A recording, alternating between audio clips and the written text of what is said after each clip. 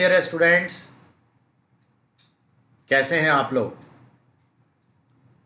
आशा करता हूं मैं अच्छे होंगे। चलिए आज की शुरुआत करता हूं मैं इंडियन मॉडर्न हिस्ट्री और हमारा टॉपिक है European companies came to India.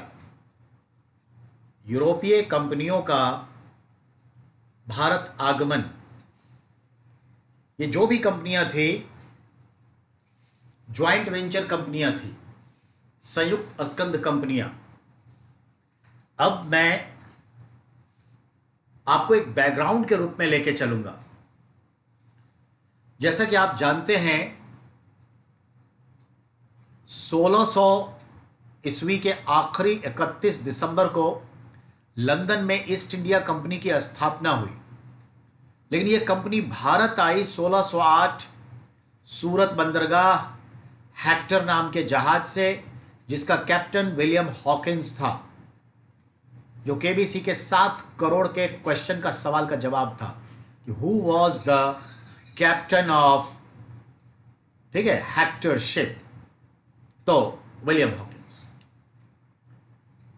East India company के आने से पहले 1602 में डच ईस्ट इंडिया कंपनी आ चुकी थी। डच यानी नीदरलैंड की कंपनी। नीदरलैंड के लोगों को डच कहा जाता है और पुराने जमाने में उसका नाम हॉलैंड था। उससे पहले हम देखते हैं 1510 में Portuguese companies, east India companies Goa में अपना डेरा जमा चुकी है। तो पुर्तगीज आए 1510 में, एज ए कंपनी की मैं बात कर रहा हूं, और इंडिया में प्रवेश का कंपनी के तौर। व्यक्तिगत तौर पे कोई व्यापारी आ रहा है जा रहा है उसकी बात हमें नहीं करनी है, कंपनी की बात करनी है। प्राइवेट कंपनी थी पोर्तुगीज, 1510 में गोवा पर कब्जा की। 1602 में डच कंपनी प्राइवेट कंपनी थी, ज्वाइंट वेंचर कंपनी, संयुक्त अस्कंद, जिसके शेयर कोई भी खरीद बेच सकता था। फिर 1608 में ईस्ट इंडिया कंपनी यानी ब्रिटेन की कंपनी आई सूरत में। फिर 1616 में डेनिश कंपनी आई, डेनमार्क की। फिर हम देखते हैं 1664 में फ्रेंच ईस्ट इंडिया कंपनी आई। ये एकमात्र सरकारी कंपनी थी, गवर्नमेंट कंपनी थी फ्रेंच ईस्ट इंडिया कंपनी। बाकी सारे कंपनी प्राइवेट लोगों की कंपनी थी। 1717 में कंपनी आई फ्लैंडर्स, यानी नीदरलैंड की एक और कंपनी थी। स्वीडिश कंपनी भी आई। तो आपने देखा पोर्तुगीज, डच, ईस्ट इंडिया यानी ब्रिटेन, स्वीडिश, डेनिश, फ्रेंच, यानी आपने देखा 6-7 कंपनियां भारत में आई। पर फाइनली कौन टिके? Portuguese east India company Britain की, फ्रेंच ईस्ट इंडिया कंपनी, ये 3 टिके रहे। स्वीडिश चला गया, डेनिश चला गया, और कौन गया? डच। तो डच, डेनिश, स्वीडिश ये चले गए। ठीक है, तो याद रखना है 3 रह गए। अब वो 3 में भी आपने देखा पोर्तुगीज सबसे पहले आए 1510 में एज ए कंपनी, और सबसे आखिरी में गए 19 दिसंबर 1961। गोवा को हमने कब्जे में लिया और पोर्तुगीज गए, तो सबसे आखिरी में गए। तो सबसे पहले आया कौन और सबसे बाद में गया कौन? एक ही आंसर है, पोर्तुगीज। अब 1608 में east Indies company I, I mean Britain की, और गई कब? एज इंडिया गेट फ्रीडम 1947 15 अगस्त को गई, देखा जाए तो ये चीज है। ठीक है, और फ्रेंच, तो फ्रेंच भी उससे पहले जा चुकी थी। हाँ, उसके कुछ उपनिवेश थे जो बाद में हमने लिए, 54 में लिए। चंदरनगर जो कलकत्ता में चंदनगर फ्रेंच की थी, वो 54 में आया। तो ये चीज, पुर्तगीज सबसे आखिरी में। चलिए, तो अगर सबसे आखिरी के क्रम में जाने वाले में देखें तो सबसे आखिरी में पोर्तुगीज, उसके ठीक पहले फ्रेंच, उसके ठीक पहले, तो हम क्या कहेंगे? समझ गए? अब कहेंगे सर कि फिर अंडमान निकोबार। अंडमान निकोबार तो हमने डेनिश से लिया है, तो डेनिश कंपनी की थी और वो भी गए। याद रखिएगा, Danish, then East India Company तो 47 में निकल गई एज ए ब्रिटिशर्स के तौर पे। तो अंडमान निकोबार डेनिश से हमने लिया, डेनमार्क से लिया। ठीक है, चलिए इतनी तो बात समझ में आ गई। अब जो मैं बात करने जा रहा हूं वो समझिए। ये कंपनी क्यों भारत आई, क्या रीजन थे, बैकग्राउंड है, इसको समझना जरूरी है, सवाल है। तो देखिए, भारत दक्षिण एशिया का देश और ट्रॉपिकल जोन में भी दक्षिण भारत उसका पार्ट है। इसके अलावे दक्षिण पूर्व एशिया के कई देश, जैसे आप ले लें, भारत है, श्रीलंका है, मालदीव है, म्यांमार है, बांग्लादेश है, इंडोनेशिया है, जावा है, सुमात्रा है, बाली है, यनाम है, फुनाम है, कंपूचिया है, लाओस है, वियतनाम है। ये सब दक्षिण पूर्व एशिया के देश हैं। और दक्षिण पूर्व एशिया स्पाइस कल्टीवेशन के लिए जाना जाता है, मसालों के लिए। और ये यूरोप के जो लोग हैं और जो अफ्रीका के लोग हैं, यूरोप में आप याद करिए रोमन एम्पायर, उसका ईस्टर्न पार्ट का नाम बेजेंटाइन एम्पायर। जो बेजेंटाइन एम्पायर है उसका हेडक्वार्टर, कैपिटल कॉन्स्टेंटाइनोपल इन टर्की, और रोमन एम्पायर का रोम, इटली। इसके अलावे यूरोप के अन्य देश, चाहे वो पुर्तगाल हो, स्पेन हो, ग्रीस, यूनान हो, इटली हो, फ्रांस हो, जर्मनी हो, बेल्जियम हो, नीदरलैंड हो, डेनमार्क हो, समझ गए आप, इन सब देशों का। और जो अफ्रीका है, मिस्र है, सूडान है, लीबिया है, केनिया है, खासकर इजिप्ट, और जो वेस्टर्न एशिया है, यूरोप वगैरह। तो इन सब जगहों पर, खास करके यूरोप वाले पार्ट पर, लगभग उस जमाने में 3-4 महीने के लिए बर्फबारी होती थी, और आज भी होती है। और वो बर्फ से ढक जाता है वहां के चारागाह। तो चारागाह का ढक जाना यानी फॉडर का कमी, यानी घास का कमी, अनाज का तो कमी है ही, पर क्या होगा जानवरों के लिए, जो पशुपालन करते हैं उनके लिए तो खत्म कहानी। तो इन पशुओं में बहुत मारे जाते थे भूख की वजह से। तो मर जाना अलग बात है और मार के खा लेना अलग बात है। तो बड़े पैमाने पर इस समय जानवरों का कत्लेआम होता था। अब उसके मांस को कितना खाएंगे, 2, 4, 10, 15 दिनों में? तो मांस को प्रिजर्व करेंगे, संरक्षित करेंगे। ठंडा प्रदेश है, बर्फ है, लेकिन संरक्षित करने के लिए और टेस्टी बनाने के लिए हल्दी की जरूरत पड़ती है, टर्मरिक, और खास करके गोल मिर्च, ब्लैक पेपर। तो इन ब्लैक पेपर को उनको जरूरत थी।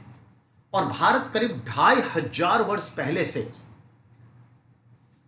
मौर्य काल के आसपास से, दक्षिण पूर्व एशिया से, खासकर दक्षिण भारत से, इन मसालों का व्यापार रोमन एम्पायर को होता था। और ये रोमन एम्पायर के व्यापारी, बनिए, राजा यूरोप के अन्य देशों में बेचते थे। मिस्र में जो ममी को प्रिजर्व रखा जाता था, संरक्षित ममी को, डेड बॉडी को, उसमें भी ब्लैक पेपर, हल्दी, इन सब का काम होता था। यानी मांस को प्रिजर्व रखने की जरूरत थी। आज भी भारत में मांस को प्रिजर्व रखने के लिए हल्दी, गोल मिर्च का यूज होता है बड़े पैमाने पर। तो ये चीज है। अब फ्रोजन सिस्टम आ गया, वो अलग है, फिर भी इसका यूज होता है। साउथ इंडिया जाइए तो मछली का अचार बनता है, और ये मछली का अचार 2 से 3 महीने तक रखा जा सकता है और खाया जा सकता है। अब तो नमक में भी डाल के आप सुखा के रखते हैं मछलियों को, वो अलग विषय है। तो याद रखिएगा, उन्हें ब्लैक पेपर की जरूरत थी। भारत ब्लैक पेपर का सप्लायर था। लेकिन इन दोनों के बीच में जो ट्रेडर था वो वेस्टर्न एशिया के लोग थे। वेस्टर्न एशिया का मतलब Syria, Lebanon, Jordan, Saudi Arabia, Iraq, ये सब, Yemen, Oman, Kuwait, Qatar, Bahrain, ये सब। तो ये जो central Asia, sorry western Asia के कंट्री थे, वहां की भाषा आज भी अरबियन लैंग्वेज बोलते हैं, अरब भाषा बोलते हैं, अरबी। अरबी को अल्लाह की भाषा मानी जाती है, जैसे हम लोग संस्कृत को भगवान की भाषा मानते हैं। ये लोग अरबी बोलने वाले, तो ये पूरा एरिया जो वेस्टर्न एशिया है, अरबी कहलाते। उस टाइम में कोई मुसलमान धर्म, इस्लाम धर्म नहीं आया था इन द बिगिनिंग में।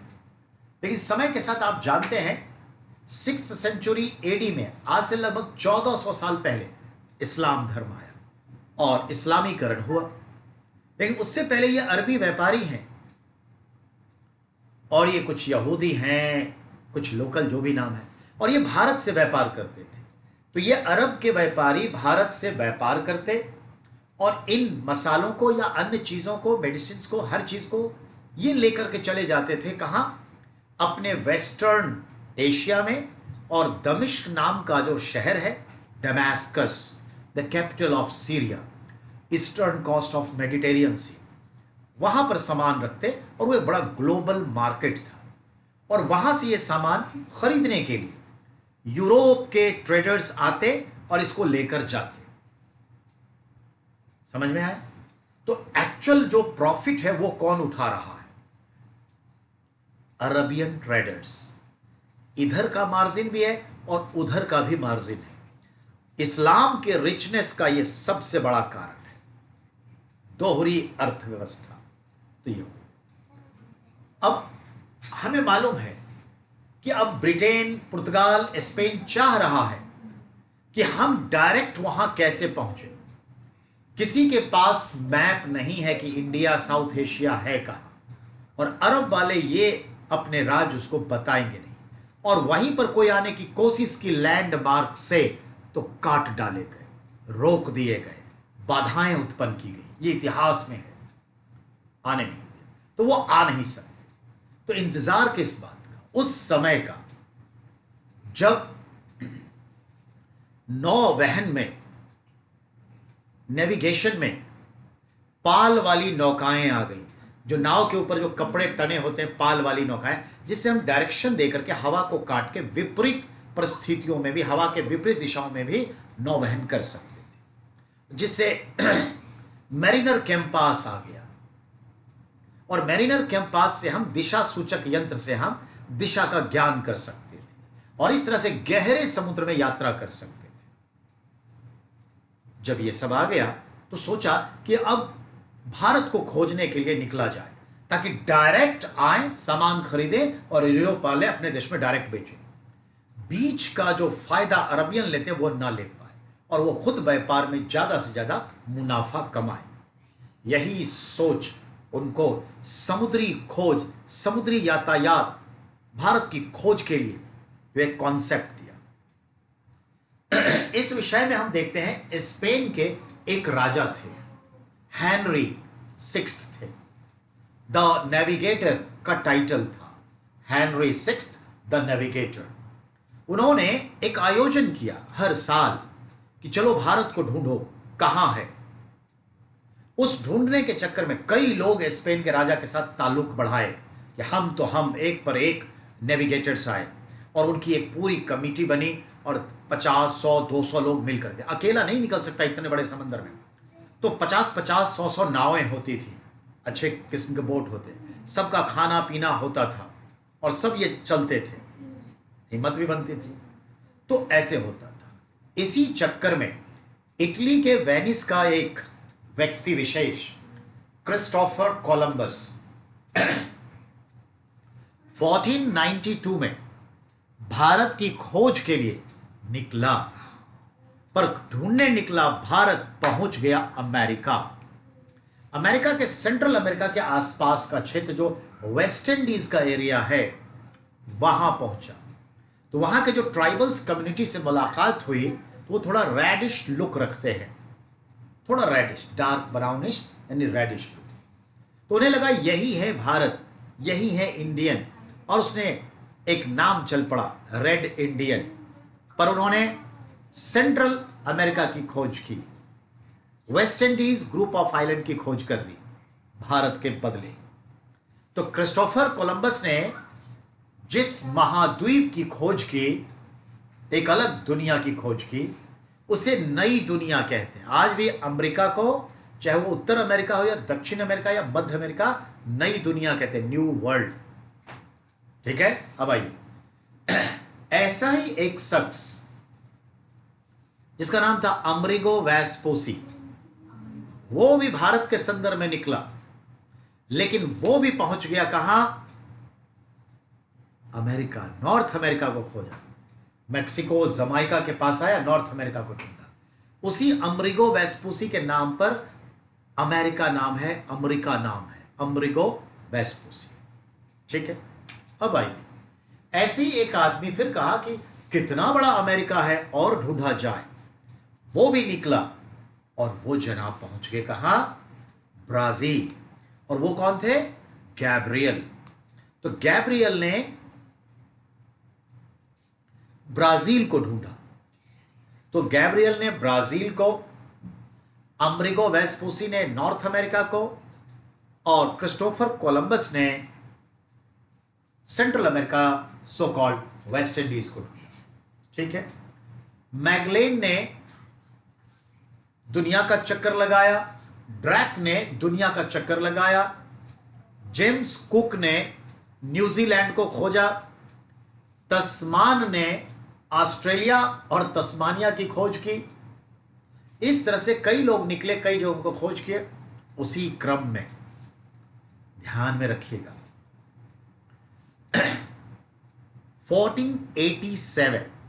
1487 में बार्थोलोम्यू डियाज नाम का पोर्तुगीज भारत को खोजने के लिए, ताकि भारत के साथ व्यापार कर सके, निकला जरूर पुर्तगाल की राजधानी लिस्बन से।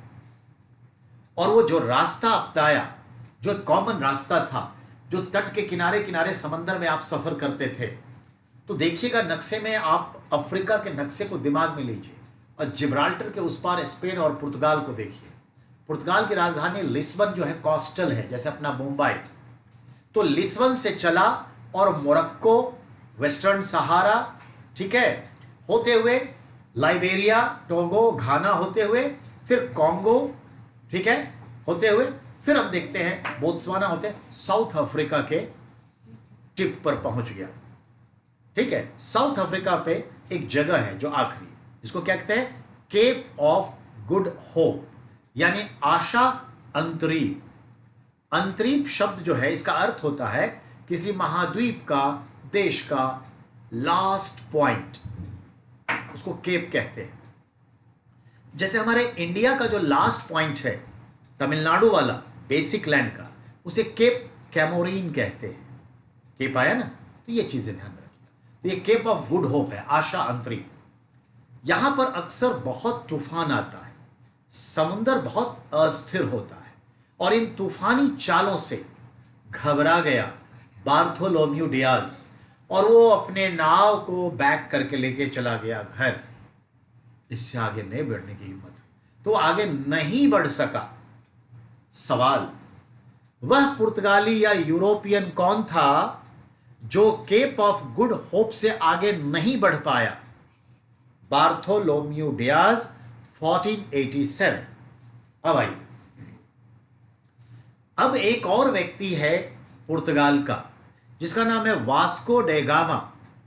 अब वो चलेगा, कई नाव का बेड़ा होगा, कई व्यापारी होंगे, ये व्यापारियों का चीफ होगा, इसके लेबर होंगे, नाव खेने वाले होंगे, खाद पानी सब, यानी करीब 225, याद रखिएगा वास्को डी गामा 272 लोगों के साथ मिलकर चला है, और एक तो नहीं 8 या 10 नौकाएं थी। तो ये चला लिस्बन से कब? 1498 हम देखते हैं तो 97 बोलेंगे, 1497 के आसपास चला, और लिस्बन से चल के इसी बार्थोलोम्यू के रास्ते को अप्लाई करता है और दक्षिण अफ्रीका आता है, वो उससे भी आगे निकलता है, और फिर जो मेडागास्कर है और इधर जो मोजाम्बिक देश है, बीच में जो मोजाम्बिक चैनल है, उसमें अपने बोट को लेता है और ऊपर की ओर, यानी अरब सागर की ओर बढ़ा, यानी अफ्रीका के पूर्वी तट पे। केनिया के पास आकर के उसका दिमाग काम नहीं किया कि कितना जाए, कहां जाए, कब, यानी कोर्चे कोर्चे,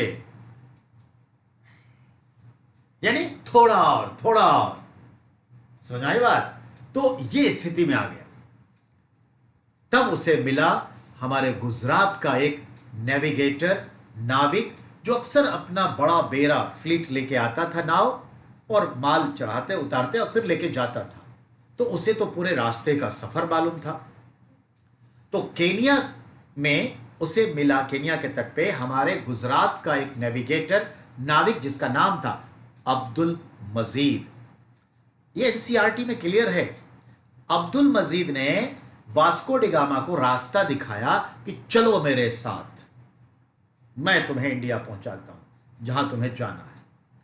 अब उसके साथ आया और गुजरात के पास अब्दुल मजीद ने कहा मेरा घर तो आ गया जी, तुम्हें कहां जाना है? तो बोला मसाला लेना है। बोला अच्छा, केरल जाओगे, मालाबार तट जाओगे, कालीकट यानी कोझीकोड जाओगे। बोले ठीक है जाओ। फिर उसको बता दिया कि किनारे किनारे निकल लो, और तब इस तरह से वास्को डी गामा फाइनली, ठीक है, मेरी भतीजी एक है जानवी, जिसका जन्मदिन आता है 17 मई, यानी 17 मई को 1498 को वास्को डी गामा केरल का तट यानी मालाबार तट यानी वेस्टर्न कोस्ट, यानी वहां के राजा जो जमोरीन कहलाते, जमोरीन के राज्य के एक बहुत ही पॉपुलर बंदरगाह कालीकट यानी कालीकट, पुराना नाम कोझीकोड, पहुंचा। तो अपनी गंतव्य डेस्टिनी तक पहुंच गया। बार्थोलोम्यू डियाज तो नहीं पहुंचा, ये पहुंचा। सवाल ध्यान दीजिएगा, वह यूरोपियन कौन था जो केप ऑफ गुड को पार कर कर पहली बार भारत पहुंचा? और कौन केप ऑफ गुड होप को नहीं पार किया? तो नहीं किया बार्थोलोम्यू डियाज।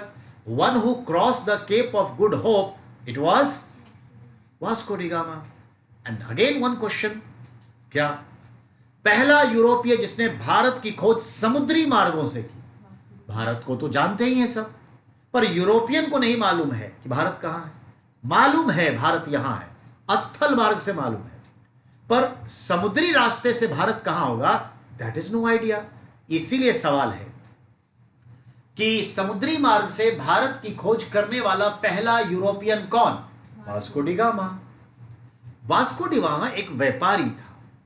जब वो राजा के महल में, दरबार में, उसके सब जगह पहुंचा, व्यापारियों सबसे मुलाकात हुई, पता चला यहां तो अरब व्यापारी भरे पड़े हैं, सबके एजेंट यानी गुमास्ते हैं, और पूरी खरीद बिक्री पर कंट्रोल किया हुआ है, किसी को आने ही नहीं देता। वास्को डी गामा को भी टिकने नहीं दिया ये अरब व्यापारी। पूरी साठ गांठ राजा से होती थी कि हमारे इस ट्रेड में कोई और इंटरफेयर ना करे, तो वास्को डी गामा को भी टिकने नहीं दिया।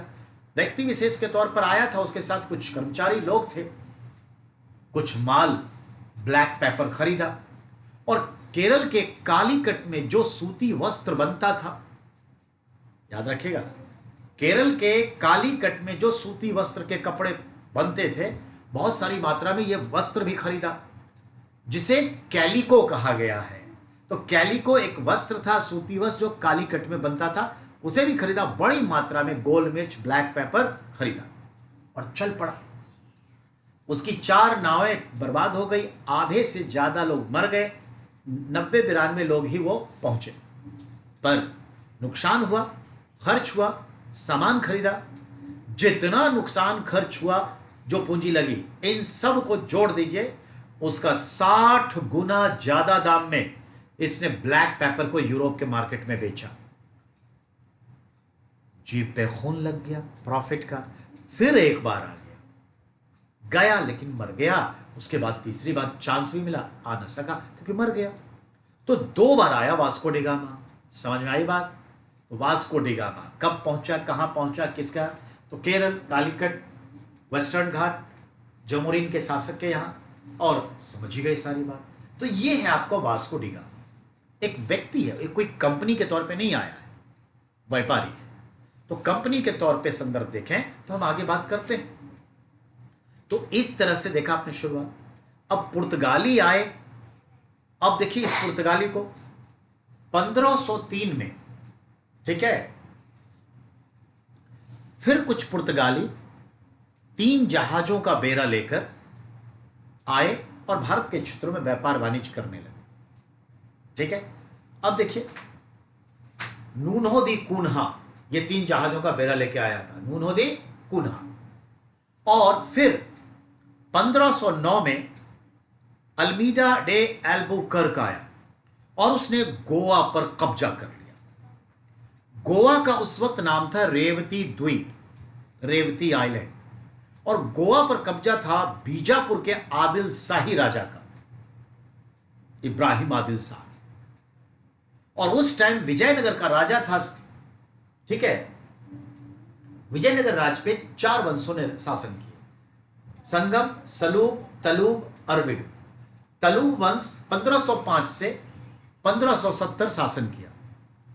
उनमें सेकंड नंबर का जो राजा था राजा कृष्णदेव राय, जो 1509 से 1530 तक शासन किया, 21 वर्ष। महानतम राजा विजयनगर का। विजयनगर में ये पुर्तगाली व्यापारी आते, उनको पूरा सम्मान दिया जाता, रिकॉग्नाइज किया जाता। पुर्तगाली सिक्के पराडो वैलिड होते थे विजयनगर में, और वही सारे माल वाल लेके जाता था पुर्तगाली। काफी पैसा। इन पुर्तगालियों को विजयनगर के इस राजा ने पूरा का पूरा चर्च भी स्थापित करने की आज्ञा दी कि अपने धार्मिक स्थल खोल लो। उसके एजेंट रहते थे। और बंदरगाह, मतलब पूरा स्पाइस वाला बेल्ट पे विजयनगर, क्योंकि कालीकट बंदरगाह इस समय में विजयनगर के पास था। बाद में इसे ही कालीकट देखेंगे टिपू सुल्तान के पास होगा, और उससे पहले जमोरीन के पास था।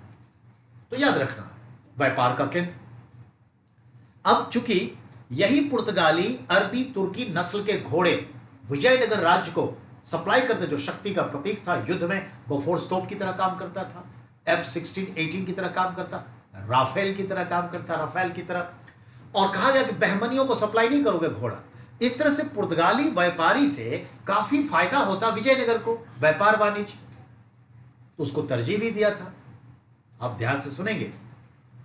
तो अब क्या है कि अल्मीडा डे अल्बुकर्क जो है कब्जा करने की कोशिश करता है गोवा पर, लेकिन वो अकेला जीत नहीं सकता।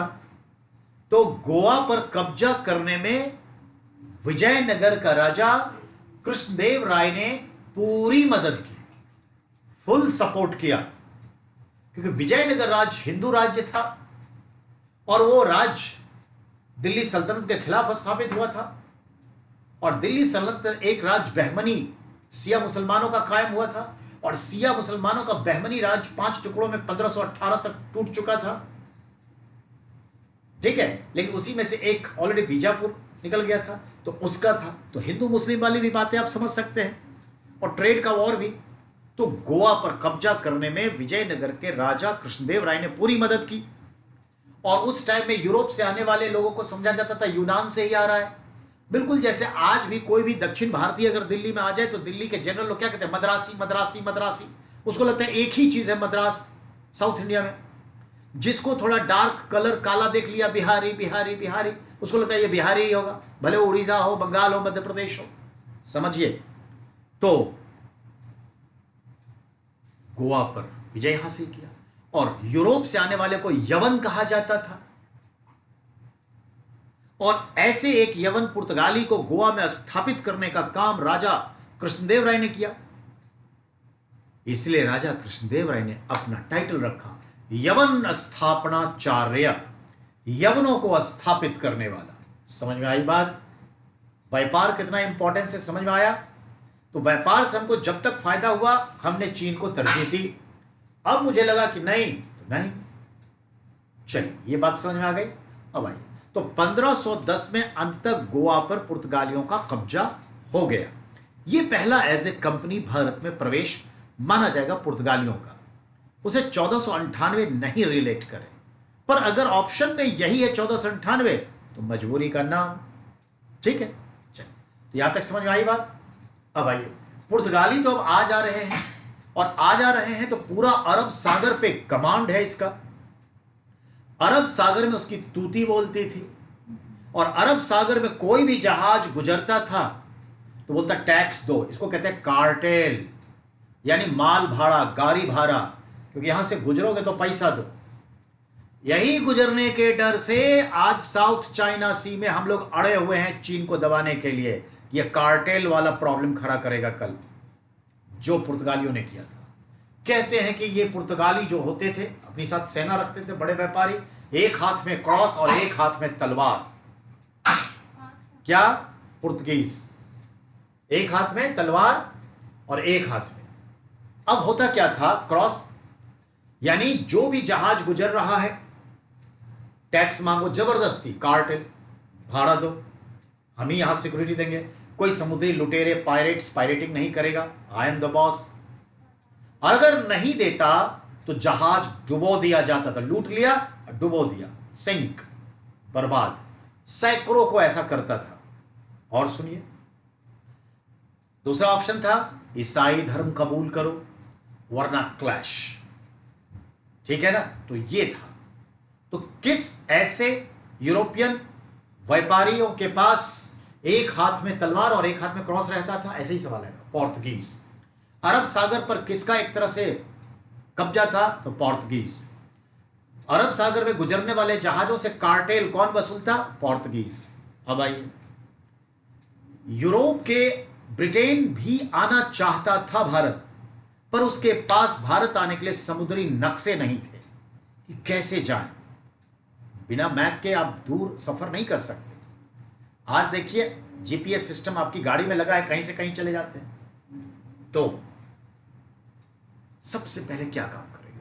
तो ब्रिटेन के जो कुछ अपराधी प्रवृत्ति के लोग थे, जो जहाज वगैरह पे रहते चलते बलते थे, क्योंकि समुद्री लुटेरे भी बहुत होते, जैसे pirates of Caribbean she, Somalia के तट पे पायरेटिंग होती है, मलुक्का में पायरेटिंग आज भी होती है। तो ये जो पायरेट्स होते थे, तो उससे लड़ने के लिए तो कुछ इस तरह के बाउंसर्स लेके चलते थे जहाज वाले सब। तो ऐसे लोग थोड़े गुंडागर्दी टाइप के होते थे, दबंग, जैसे ट्रक ड्राइवर और उसके आसपास के लोगों को कैसा आप फील करते हैं कि किस तरह के लोग होंगे? नॉट ऑल पर ऐसा होता है। अब आइए, इन लोगों ने क्या किया? एक पुर्तगाली जहाज को लूट लिया। ब्रिटेन के ही कुछ ऐसे गुंडे तबके के समुद्री लुटेरों ने क्या किया? पुर्तगाली जहाज को लूट लिया, और जहाज में माल वाल तो मिला है, भारत जाने का नक्शा भी मिला। तब जाकर के ब्रिटेन जो है भारत की ओर रुख करेगा कि अब हम भी चले, क्योंकि बिना नक्शे के कहां क्या होगा। तो लोग उस टाइम में जो है अपने ज्ञान को छुपा के रखते जहां तक फायदा होता है। तो ये चीज है। तो ये था डच ईस्ट इंडिया कंपनी जो नीदरलैंड की थी, वो 1602 में भारत आ गई। अब आइए, 1510 में जब भारत आया, तो 1510 में दिल्ली सल्तनत का सुल्तान कौन? सिकंदर लोधी। साउथ इंडिया में विजयनगर का राजा कौन? राजा कृष्णदेव राय। क्यों? बहुत सिंपल है ना। और हमारे साधु संत में कौन? संत कबीर, गुरु नानक। नहीं? चलिए, ये समय है। और आइए अगले पड़ाव पे, 1602 में भारत में डच ईस्ट इंडिया कंपनी प्रवेश पाली और अपने कोठी उठी स्थापित की। 1602 अकबर मुगल बादशाह है, तो ये भी समझ में आया। अब आइए, 1608 में ईस्ट इंडिया कंपनी का जहाज पहला हेक्टर भारत पहुंचता है, मुगलों के बंदरगाह सूरत। और उस जहाज का जो कैप्टन है विलियम हॉकिंस है। और वो हॉकिंस मुगल दरबार आगरा आता है कि आप मुझे सूरत में जो मैं कोठी खोला हूं, एक गोडाउन, कोठी का मतलब गोडाउन है, गोदाम, उसी को फैक्ट्री कहते हैं। और वहां पे रहने वाले लोगों को फैक्टर, पर वो फैक्ट्री में किसी चीज का उत्पादन नहीं, गोडाउन है, जमा करते थे। यहां से जो मसाले खरीदते, कपड़े खरीदते, उसको जमा करते। फिर जब 2 4 5 जहाज के बराबर हो जाता था, लाद के 5 10 जहाज निकल लेता था। ये गोडाउन चाहिए ना, गोडाउन। तो उसकी मान्यता दिलाने के लिए कि इजाजत दे दीजिए के लिए आगरा दरबार मुगलों के यहां आया। तो मुगल बादशाह कौन? 1605 से जहांगीर है। तो जहांगीर के दरबार में आया। मालूम है आपको, मुगल में बता चुका हूं, तो इसको मैं छोड़ रहा हूं। तो ये चीज है। ऐसे ही हम आगे देखते हैं, डेनिस आगे 1616 में भारत में रहे। ऐसे ही आगे चल के 1664 में हम देखते हैं फ्रांस का जो सरकारी कंपनी थी, फ्रेंच ईस्ट इंडिया कंपनी, अब वो भारत आई और इस तरह से भारत में स्थापित हुई। तो क्रम में देखिए, पहला पुर्तगीज आया, फिर डच आया। याद रखिएगा, कौन सी कंपनी कब एस्टैब्लिश हुई इससे हमें कोई मतलब नहीं, वो अलग क्वेश्चन है। भारत में आगमन का सीरीज क्या है, वो सवाल है। तो पहले पुर्तगीज, फिर डच, फिर Danish, sorry East India Company, फिर डेनिस और फिर फ्रेंच। तो है 5 लेकिन 4 पे ही सवाल बनाएगा। तो जैसे आप देखिए 1510, नहीं तो अगर ये आ जाए ऑप्शन तो ये पोर्तुगीज आए,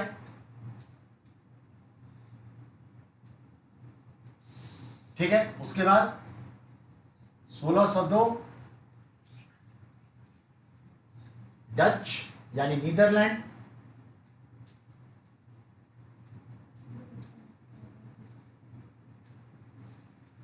1608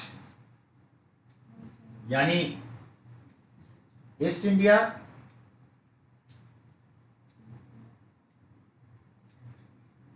कंपनी यानी ब्रिटेन, 1616 डैनिश यानी डेनमार्क, एंड यू नो यही डैनिश कंपनी अपना सारा अंडमान निकोबार बेच दी ईस्ट इंडिया कंपनी को और चली गई। और यही सवाल था शायद 4-5 करोड़ का केबीसी में इसी एपिसोड में। अब आइए 1664 फ्रेंच ईस्ट इंडिया कंपनी, ये गॉफ्ट कंपनी थी। बाकी जो देखते हैं 1 2 3 4 5 ना, ये प्राइवेट कंपनी थी, ज्वाइंट वेंचर कंपनी, संयुक्त अस्कन कंपनी। आज जो रिलायंस, बिरला, टाटा, वेदांता, अडानी ग्रुप ये सब देखते हैं, ये सब ज्वाइंट वेंचर है, जिसका शेयर आप खरीद सकते हैं, हम खरीद सकते हैं, ये चीज है। अब आप गूगल, फेसबुक के भी शेयर खरीद सकते हैं, समझ में आई बात, और 100 रुपए के भी शेयर खरीद सकते हैं, ठीक है। तो ध्यान देना, क्रम पूछेगा, क्रम से लगाना है। पर वन थिंग मोर, जब क्रम पूछेगा तो जनरली ये कंपनी 4 में होते ही नहीं है, इसको जल्दी नहीं दिखाएगा, तो अभी आप क्रम लगा लेंगे, ठीक है। भारत आने का क्रम है, स्थापना का क्रम नहीं है, ये इंडिया विजिटिंग का ये सीक्वेंस है, और ये सवाल खूब आता है। तो चलिए, ये तो हम जान गए पहले कौन आया, बाद में कौन आया। अब गया कौन सबसे लास्ट में, तो पोर्तुगीज,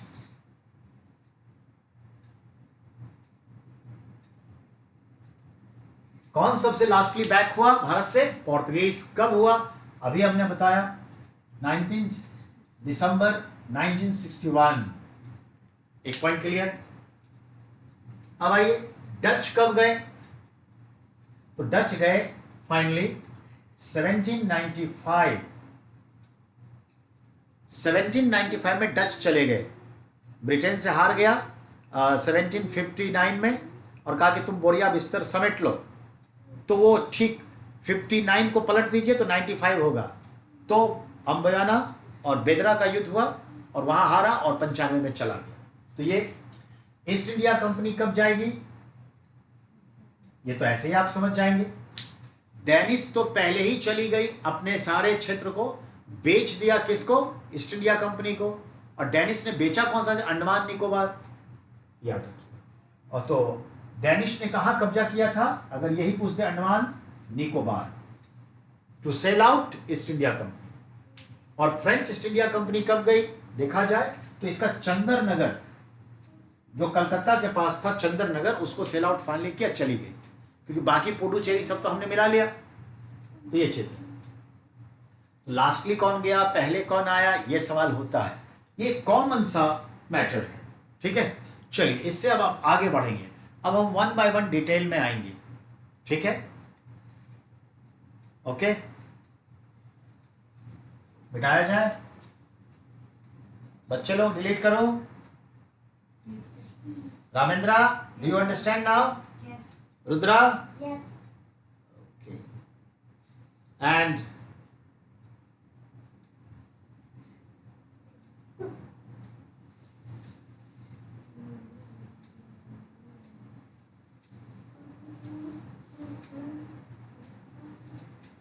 चलिए, तो यूरोपीय कंपनियों का भारत आगमन, इससे जुड़े सवालों पर अब सवाल देख लिया। बार्थोलोम्यू डियाज नहीं क्रॉस किया, वास्को डिगामा क्रॉस किया, कालीकट, सारी बात समझ गए, 17 मई, ठीक है, 1498। अब उसके बाद क्या हुआ, 1510 अल्मीडा डे एल्बुकर, और वो गया कब, 19 दिसंबर 1961, सबसे आखिरी में। उसको गोवा पर कब्जा करने में कौन मदद किया, राजा कृष्णदेव राय, नोन एज यवन स्थापनाचार्य। पुर्तगाली सिक्के पराडो कहलाते, और पुर्तगाली जो है बड़े व्यापारी होते, विजयनगर में घोड़े की सप्लाई करते, बहुत सारी चीजें आप समझ लिए। डच आए, ठीक है, 1602 में, गए 1795 में, ठीक है। और फ्रेंच ईस्ट इंडिया कंपनी सबसे लेट आई, 1664 में आई, हालांकि फ्लैंडर 1717 में आए, पर कोई इशू नहीं है। तो फ्रेंच ईस्ट इंडिया कंपनी आई, पुडुचेरी जो 4 जगह, यनाम, माहे, करेकाल और पुडुचेरी, और चंद्रनगर कलकत्ता में, इन सब पर उसका कब्जा था, समय के साथ सब गया, ठीक है। और फिर ईस्ट इंडिया कंपनी की तो कोई कहानी ही, मॉडर्न इंडिया हम पढ़ेंगे उसका, तो ये बात है बेटा। तो अंडरस्टैंडिंग हो गई होगी आपको, सवाल यहां से आता ही है। लेकिन अब हम पुर्तगीज के बारे में 2-4 बातें और बताना चाहेंगे, जरा गौर से सुनिए, बहुत अच्छा इंटरेस्टिंग है। मिस्टर रामेंद्रा, लिसन केयरफुली, ध्यान देना है। पुर्तगीज ने भारत पे कुछ जगहों पर कब्जा किया, गोवा पर किया, दमन पर किया, दीव पर किया, दादर नागर हवेली पर किया, और बंबई पर कब्जा किया, ठीक है। बंबई का नाम मुंबई, मुंबा देवी के नाम पर मुंबई, इन लोगों ने बॉम्बे प्रोनाउंस किया, प्रोनाउंसिएशन, तो मुंबई पे कब्जा किया। उस जमाने में बंबई जो था एक आइलैंड होता था, और छोटे छोटे जो है 7 आइलैंड्स होते थे, और बीच में होता था क्या कहते हैं आप, समंदर, पर उतना गहरा नहीं। अंग्रेजों ने जब इसे लिया तो मिट्टी भर भर के 7 को इकट्ठा बना दिया, और एक्सटेंशन ऑफ द लैंड हो गया, समझ में आए। तो सच पूछिए तो पूरा मुंबई जो है समंदर के ऊपर ही बसा है, और नवी मुंबई तो खास करके। अब हमारी बात को गौर से सुनिए, अब क्या होता है। बंबई जो था पुर्तगालियों का था, बिल्कुल सही। एलिफेंटा भी पुर्तगालियों का था, और पुर्तगाली ही जो ताइवान आज है ना, ताइवान जो चाइना से टसल है, वो भी उसी का था। और ताइवान का नाम उसने रखा था फार्मोसा, जिसका अर्थ है अति सुंदर, खूबसूरत। चलिए इंडिया में बात करें तो दादर नागर हवेली, दीव है, दमन है, एलिफेंटा है, बंबई है, गोवा है, वेस्टर्न कोस्ट पे पुर्तगाली बने रहे। अब आइए, होता क्या है, पुर्तगाल के राजा की बेटी है, ठीक है, ब्रिगेंजा ऑफ कैथरीन, तो कैथरीन की ब्रिगेंजा, तो ब्रिगेंजा ऑफ कैथरीन जो पुर्तगाली राजकुमारी थी, उसकी शादी 1661 में, गौर फरमाइएगा, 1661 में ब्रिटेन के राजकुमार, prince, not king, prince Charles second से होती है। और फिर ये कैथरीन की जो ब्रिगेंजा है, इसकी शादी में पुर्तगाल के राजा ने अपना बंबई द्वीप दहेज में चार्ल्स द्वितीय को दे दिया।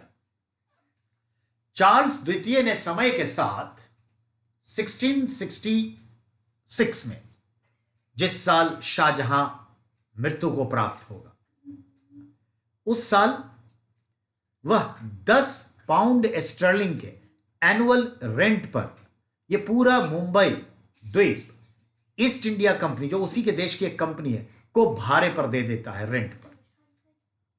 और फिर ईस्ट इंडिया कंपनी अब ब्रिटेन के पास आ गई। अब समझ में आई बात। तो ये कहानी है, ये एनसीईआरटी के 12th क्लास के मॉडर्न इंडिया में बिल्कुल हूबहू दिया हुआ है, पढ़िएगा, राइट साइड के पन्ने पर मिल जाएगा आपको। Point clear. तो ये है आपका। तो पुर्तगीज की एक बात समझ आ गई।